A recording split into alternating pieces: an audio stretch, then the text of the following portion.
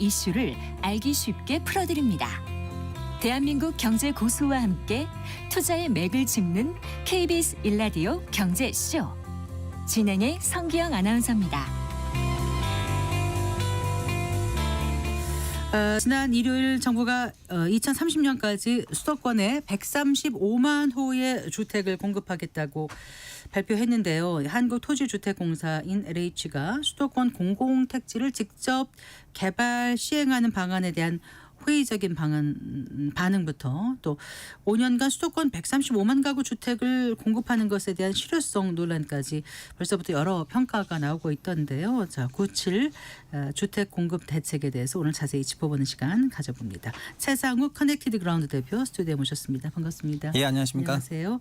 일요일에 발표가 날 거를 어느 정도 예상하고 계셨었나요? 그 이틀 전에 엠바고가 돌았기 때문에 네. 일요일 오전 중에 발표가 날 것으로 알고 있었습니다. 네.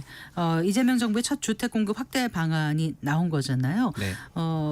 어떤 내용을 중점적으로 담고 있는지 좀 간단히 요약을 해주신다면요. 네, 이번 97 공급 대책은 간략히 말씀드리면 5년 동안 수도권에 총 135만 호를 공급하겠다는 계획이 되겠습니다. 네. 그 135만 호를 공급하는 형식은 일부 다르긴 하지만 LH가 주도하는 공공택지를 LH가 직접 시행하는 방식으로 37만 호를 공급을 하고 그리고 네. 민간의 재건축 재개발로 36만 호를 공급을 하고 기타 네. 도심 내 유휴부지나 노후시설 정비로 4만 호를 공급하고 그리고 민간의 공급 여건을 좀 개선해서 속도를 올리는 방식으로 20만 호 이상을 개선을 하고요. 그리고 예. 기타 오피스텔의 집중 매입이라든가 이런 방식으로 35만 호를 공급해서 총 수도권에 135만 호 그리고 서울에는 약 33만 호를 공급하겠다는 계획을 담고 있습니다.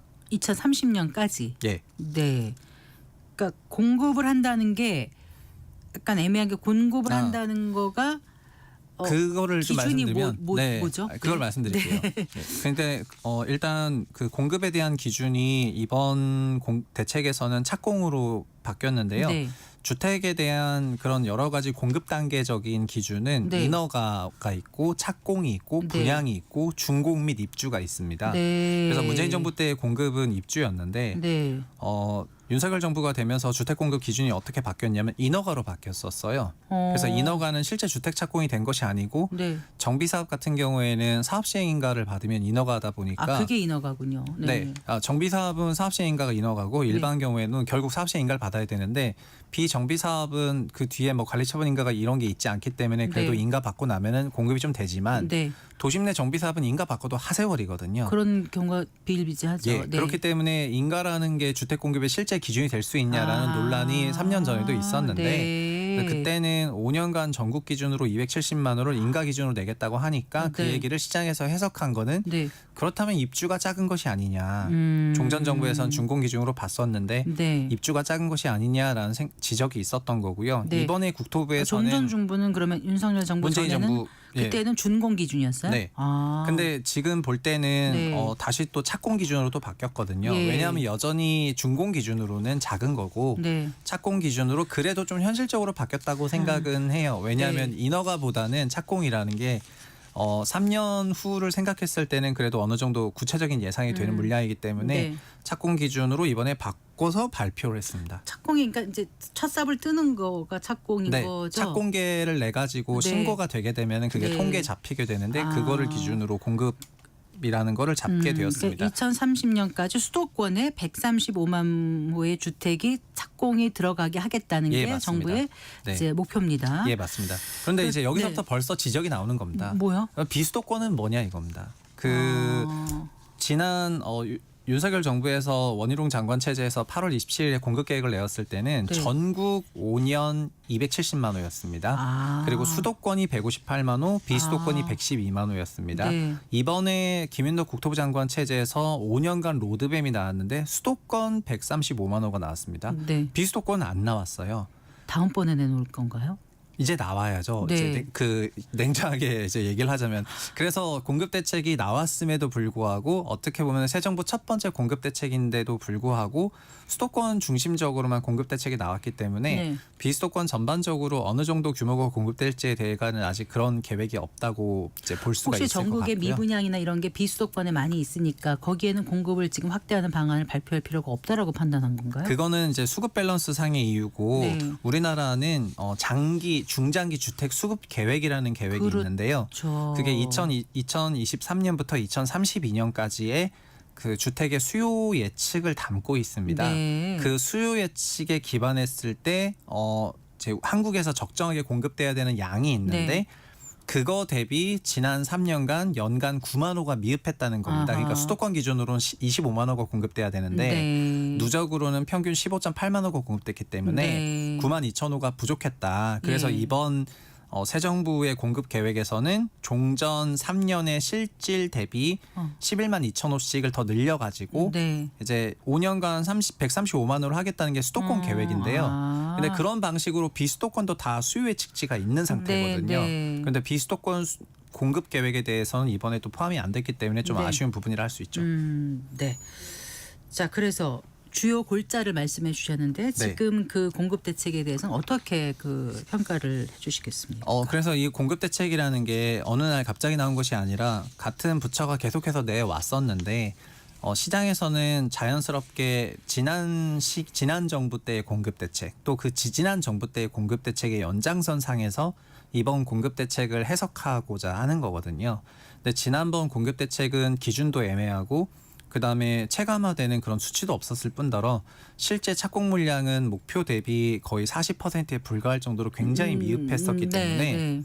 그 미흡했던 원인들을 따져보면은 결국은 정부가 하는 거는 토지를 공급하는 거를 하는 거고 주택은 민간 민간이- 시행사나 민간 조합이 하는데 네. 민간 시행사나 민간 조합은 주택 경기에 따라서 주택 가격 올라가면 공급량 늘리고 주택 가격이 하락하면 공급을 위축시키는 방향으로 네. 주택 공급의 변동성을 높인다는 것이 이번 정책의 코어이고요. 네. 그러니까 공공이 땅만 공급하는 것이 아니라 공공이 마치 발전의 기저발전 같이 원전의 어떤 기저발전 같이 공공이 공급을 깔아주고 네. 민간에서는 조합이 분위기 그 시황을 따라서 공급하게 되면은 상대적으로는 공급의 안정성이 높아지기 때문에 네. 이번 대책에서는 그런 부분을 반영해 가지고 네. 공공택지의 경우에는 LH가 직접 시행을 하겠다 이런 내용이 포함이 돼서 이제 135만 호가 발표가 되었습니다. 그럼 큰 틀에서는 기저 발전이라 말씀하셨는데 잘 된 대책이라고 생각하시나 봐요. 맞습니다. 맞는데 과거 3년간의 그 달성 실적이 너무 미흡하기 때문에 네. 그리고 지난 3년간 달성 실적이 미흡한 걸 지금 그런 근본적으로 해소를 했냐. 여전히 공공택지 개발은 그러니까 LH가 하던 거를 민간 시행사가 하던 거를 LH가 직접 시행하면은 그 부분은 민간 공공이 커버할 수가 있게 되지만은 네. 여전히 민간 조합 사업은 열려 있는 거고요. 네. 그 민간 조합 사업도 지난 윤석열 정부 3년간 정비 사업에 대한 규제 완화를 밝히면서 속도를 올리겠다고 했었고 네. 거의 5년간 이제 정말 상당한 숫자를 공급하겠다고 발표했었지만 실제 달성된 거는 매우 이제 목표 대비 40%도 안 되거든요. 그렇기 네. 때문에 이번에도 규제 완화를 발표하고 등등 여러 가지 안건을 냈지만은 민간에서 과연 얼마나 속도를 올려줄 것인가. 그 다음에 공급 여건 개선하겠다는 걸로도 막 20만 원 넘게 잡았는데 그게 네. 진짜 그만큼 올라올 것인가에 대해서 좀 회의적인 시각이 많다 보니까 공급 대책이 좀 거창하게 발표가 되기는 했습니다. 막 이제 일요일에 뭐 전격적으로 발표됐으니까 그렇게 발표되긴 했지만은 국토부가 그동안 보여줬던 신뢰가 좀 많이 떨어져 있는 상태다 보니까 시장에서는 공급 대책의 그 달성 여부를 지금 당장 믿기보다는 네. 1년 정도 지나서 어쨌든 5년짜리 로드맵이니까 내년에 어느 정도 달성률을 체크할 수가 있게 됐잖아요. 네. 아마 그래서 이런 정책이라든가 이런 부분에 대한 평가는 지금 당장이 아니라 1년 후 정도에 봐야지 될 것 같습니다. 그 이제 6.27 대책 나왔을 때만큼 네. 지금 시장이 충격을 받거나 뭐 이런 건 아닌 것 같고 6.27 대책은 이제 뭔가 그 수요를 좀 억제하는 네. 그런 이제 대책이었는데 이번에 9.7에는 이제 그렇죠. 뭔가 파격적인 공급 대책이 나와줄 거라고 생각을 했는데 예. 장기적으로 볼 때는 방향성은 맞는데 당장 집값 안정화에는 도움이 될런지. 근데 지금 집값 움직임은 어떻다고 보세요, 참? 일단은 그 6.27이라든가 9.7 대책을 얘기하기 전에 지난 과거 5년과 2020년 이후에 우리나라 주택 상황이 여러 가지 바뀌었는데요. 가장 크게 바뀐 거는 문재인 정부 때는 시장 모든 사람이 공급에 매몰되어 있었던 상태였습니다.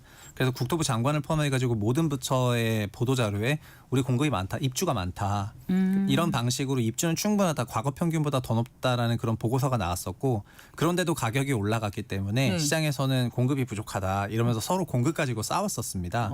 그래서 공급 대책이 정말 너무나 중요한 그런 시대를 좀 살았었다가 네. 2020년, 21년이 되니까 말 그대로 신용 팽창기를 거치게 되면서 공급이던 뭐던 이제 소위 제로화 금리 속에서 대출이 이렇게 폭발적으로 늘어나면 가격이 폭증한다는 걸 다 경험했고요. 22년 같은 경우에는 금리가 급속히 올라가게 됐을 때는 금리가 부동산의 역관계라는 걸 또 전국이 경험을 하게 되고요. 네. 23년, 24년이 되니까 그때는 특례보금자리론이라든가 특례대출 같은 거를 열기 시작하면은 종전에는 이런 대출에 대한 인식도 높지 않았었는데 특례론 풀면 올라가고 특례론 쪼이면 내려가는 과정이 나오면서 네. 2020년부터 24년 만 5년에 걸치는 기간 동안 시장은 수요가 시장에 대한 영향력을 굉장히 발휘한다는 걸 깨닫게 돼버리게 된 것입니다. 네. 그래서 그 이후부터는 공급이 시장에 미치는 영향보다 수요가 미치는 영향이 더 높다는 인식하에 네. 6.27이라는 수요 대책이 나왔을 때는 네. 매우 예민하게 반응을 하게 된 네, 거고요. 네. 그런데 9.7 공급 대책이 나왔을 때는 이제 공급이 영향을 주던 시대는 지나갔다고 생각을 하는 거거든요. 그래서 공급이 중기적으로는 밸런스를 잡아야 되는 거니까 굉장히 중요한 대책임에도 불구하고 단기적인 시계열로 봤을 때는 1년 이내의 시계열로 봤을 때는 공급이 당장 어떤 영향도 줄 수 없는 거기 때문에 그냥 공급 대책이 잘 되기를 바라거나 뭐 짱짱하게 공급되기를 바라는 기대감은 있지만 이번 대책에서 공급 대책으로 인해서 수요단에서 어떤 변화가 생긴 건 아니어서 현 시장 분위기에 어떤 변화를 일으킬 만한 그런 요소는 아니라고 봅니다. 말씀을 들어보면 수요가 중요하다라고 말씀을 하신 건데 사실 또 많은 전문가나 이런 사람들은 공급을 많이 해줘야 집값이 안정된다 이렇게 얘기를 했었는데 그거하고는 다르게 지금 생각을 하시는 건가요? 네, 한국 역사에서는 공급을 통해 가지고 주택 가격이 안정된 게 그 공급이 준공이거든요. 그게 준공이고 90년대 초반에 1기 신도시가 네, 준공되던 94, 6년 사이. 네. 두 번째는 MB 정부 때 2010년에 보금자리 주택을 처음 건설했는데 네, 준공되던 10에서 12년 사이였거든요. 그래서 지금 현재 어떤 형태의 정책이 나오더라도 준공 시점에 공급량이 영향을 주는 거기 때문에 네. 올해랑 내년은 이제 아무런 뭐가 없는 거고요. 결국은 지금 또 폭발적인 공급이 된다 손 치더라도 결국은 플러스 2년 차 이상부터 영향을 주게 되어 있습니다. 준공 시점 기준으로 주택으로 잡히는 거지 착공주택은 주택이 아니지 않습니까?